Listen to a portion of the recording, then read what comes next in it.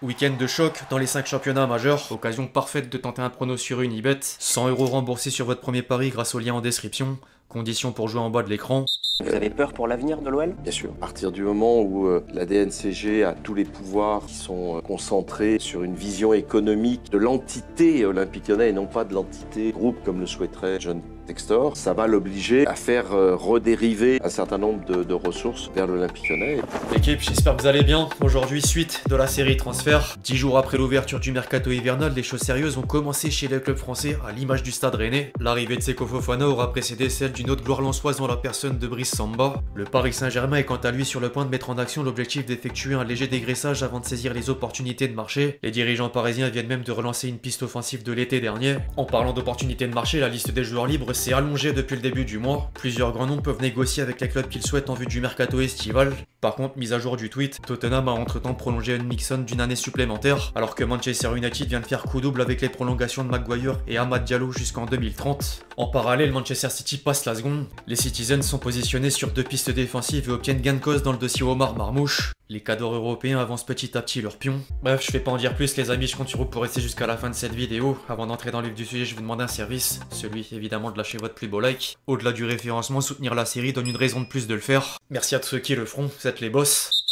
On entre dans le vif du sujet avec le Paris Saint-Germain, toujours en quête de départ, 10 jours après l'ouverture du marché des transferts. Un premier dossier devrait néanmoins toucher au but grâce à Skriniar, proche de filer au Galatasaray, même si la question du salaire pose encore problème. Le PSG espère dans le même temps récupérer au moins 50 millions d'euros avec Kolo Muani. La liste des prétendants s'est agrandie suite aux approches de Leipzig, l'AC Milan, la Juventus, Manchester United, Tottenham ou encore Aston Villa. Les Spurs feraient même de l'ancien Nantais une cible prioritaire et les Villains auraient d'ores et déjà proposé un échange avec John Duran. En vain, a priori. D'autres éléments parisiens sont sur le chemin de la sortie, dont Asensio, de nouveau dans le viseur de la Real Sociedad, et Nuno Mendes, malgré une première offre de prolongation. Le latéral gauche a stoppé les négociations à cause de la proposition salariale qu'il juge bien trop faible par rapport à certains coéquipiers. Du coup, il réfléchit à rejoindre Ruben Amorim chez les Red Devils. En parallèle, une source espagnole a rapporté que le club de la capitale pense à Alejandro Balde si l'international portugais venait à partir l'été prochain. Outre Nuno Mendes, Arsenal est d'une autre part intéressé par Kang In Lee, mais seule une offre supérieure à 45 millions pourrait engager les discussions.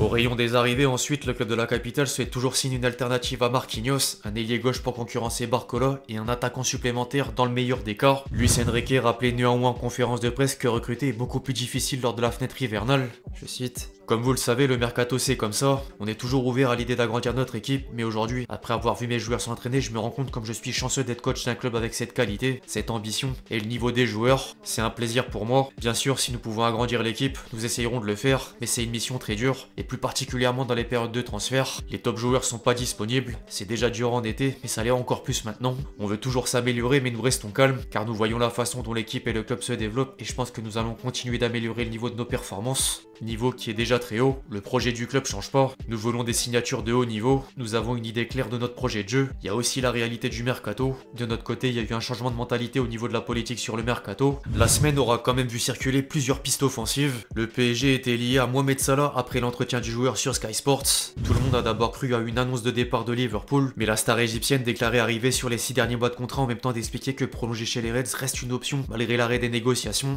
D'autres noms sont ensuite apparus, dont Nkunku. L'ancien parisien souhaite quitter Chelsea. Rodrigo Mora. Luis Campos aurait initié des contacts avec la pépite portugaise en vue du mercato estival. Alejandro Garnacho, la direction parisienne garderait un œil sur le joueur, comme l'Atlético Madrid. Sans oublier la rumeur Cole Palmer. Un média espagnol stipule que Paris envisagerait de poser 200 millions d'euros sur la pièce maîtresse des Blues. Bon, les informations sont assez subjectives, mais entre-temps, l'équipe a révélé que le champion de France relance le dossier Kvaratskhelia. Naples est désormais ouvert à une vente de minimum 80 millions d'euros, et les intermédiaires chercheraient une solution pour mener au transfert, comme intégrer Skriniar dans l'opération. Le champion d'Italie 2023 estime cependant que le salaire du défenseur slovaque est hors de prix. Affaire à suivre. En dehors de Paris, certains clubs français cochent leurs premiers objectifs de janvier. L'Olympique de Marseille s'est attaché les services de Luis Felipe, libre de tout contrat. Le trio Longoria, Benassia, Ravanelli devrait encore renforcer le secteur défensif, d'autant plus que certains défenseurs de l'effectif marseillais sont poussés vers la sortie, à l'image de Bamo Meïté, dans le viseur de Lens, Reims et un club italien. En parallèle, les dirigeants rémois ont vendu Akbadou à Wolverhampton pour 20 millions d'euros, dont 2 de bonus, avant de foncer sur un jeune défenseur central du championnat suédois en la personne de Malcolm Jeng. Le Racing a quant à lui cédé Brice Samba au Stade Rennais contre 75 millions d'euros et vient d'enregistrer la signature d'un buteur du nom de Koya Lipou. Les 100 et or avaient également obtenu le prêt de Paolo Lopez, mais Girona s'est rendu compte au dernier moment qu'il ne pourrait pas remplacer le gardien de l'OM sur les listes UEFA jusqu'à annuler l'opération. La direction lensoise veut désormais vendre un ou deux éléments dans l'arrière-garde. Pierre Drey aussi a confirmé au micro de DAZN la volonté de vendre Rouzanov. Je cite, Rouzanov partira. Il n'y a pas eu de belle offre encore, il y aura des départs mais aussi des arrivées. On aura un effectif largement suffisant en qualité pour chercher l'Europe et offensivement on va tout faire pour se renforcer. On a la meilleure défense du championnat, alors c'est vrai que si Rouzanov part, mais on a encore beaucoup d'atouts présents dans notre club. Avec les nouvelles arrivées, nous serons plus armés pour le championnat. Rouzanov, s'il doit partir, c'est surtout pour retrouver un équilibre économique, l'équilibre de l'équipe. J'espère qu'avec sa vente, on retrouvera un niveau qui correspond au RC Lens. Entre temps, plusieurs cadres européens ont montré leur intérêt, dont le Real Madrid, mais Manchester City est sur le point de rafler la mise pour 50 millions d'euros. L'entourage de l'international ouzbek voulait néanmoins avoir le dernier mot, d'autant plus qu'il est heureux à Lens. Je cite, la décision finale sera prise par le joueur et nous devons tous comprendre qu'il est l'acteur principal du dossier. Nous sommes pas pressés et une fois que nous aurons reçu toutes les offres, le joueur et sa famille prendront la meilleure décision. Un transfert puis un retour en prêt de 6 mois serait une aubaine pour les supporters lensois. En parallèle, le club artésien a reçu une offre de 16 millions d'euros du Fenerbahçe pour Kevin Danso, mais demande au moins 5 millions d'euros de plus. Par contre, Lens s'est décidé à conserver Andy Diouf après avoir refusé une approche de Crystal Palace. Du côté de Rennes, Arnaud Pouille a attiré 2 anciennes gloires lensoises et 2 anciens dossiers reviennent sur la table. Le club breton s'est positionné sur Lilian Brassier avant de revenir à la charge pour Denis Bouanga. Les dirigeants rennais sont d'une autre part en passe de prêter Henrik Meister à Pise, alors que le Galatasaray est intéressé par Amin Gouiri face à l'échec Mikotadze. L'OL cherche encore à renflouer les caisses devant la menace d'une descente en Ligue 2 à titre conservatoire. Adrielson est sur le point de rejoindre le Trabzonspor. Cherki est suivi par l'Atalanta. Et Cacré, qui tenait l'option Crystal Palace, voit l'entrée en course de com. John Textor fait tout de même marcher la multipropriété pour récupérer Thiago Almada en prêt. Dans le reste des informations autour de la Ligue 1, Monaco a avancé la piste d'un avant-centre en la personne de Mika Bierretz et tente de signer Edson Alvarez en prêt. Lille aimerait mettre la main sur Max Aarons. Le FC Nantes envoie Ganagou en prêt aux Révolutions de la Nouvelle-Angleterre. L'option d'achat de 4,5 millions d'euros deviendra obligatoire si l'ancien Lensois joue 60% des matchs. Le SCO d'Angers rêve de Steve Mounier, alors que le Havre a empoché près de 4 millions d'euros grâce au transfert d'Opéry à Istanbul.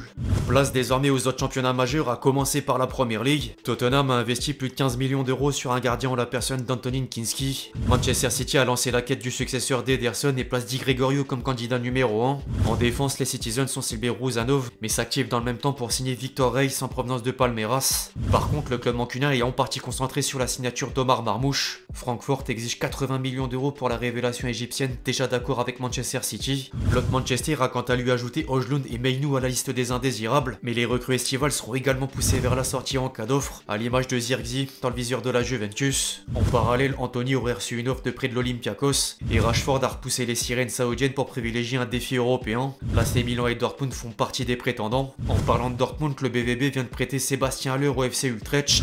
Un concurrent allemand fait affaire en Italie. Leipzig a obtenu le prêt d'Okafor avec une option d'achat entre 25 et 28 millions d'euros. Du côté de l'Italie, ensuite, la Juventus avait coché le nom de David Anco avant de basculer sur Araouro. Naples s'est attaché les services de Philippe Billing en prêt, alors que la Roma cède Enzo Lefebvre sous la même forme à Sunderland avec une option d'achat à hauteur de 23 millions d'euros.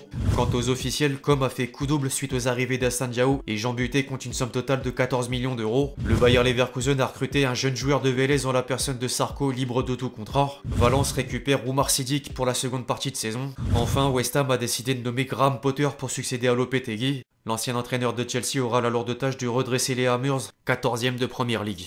Bref, l'équipe, c'est tout pour cette vidéo sur les dernières rumeurs autour du mercato hivernal. J'espère qu'elle vous a plu. Je compte sur vous si c'est le cas pour lâcher votre plus beau like. N'hésitez pas à me donner vos avis dans les commentaires sur toutes les infos du jour. Puis d'ici là, on se retrouve très vite sur la chaîne pour de nouvelles vidéos. C'était Lexchi.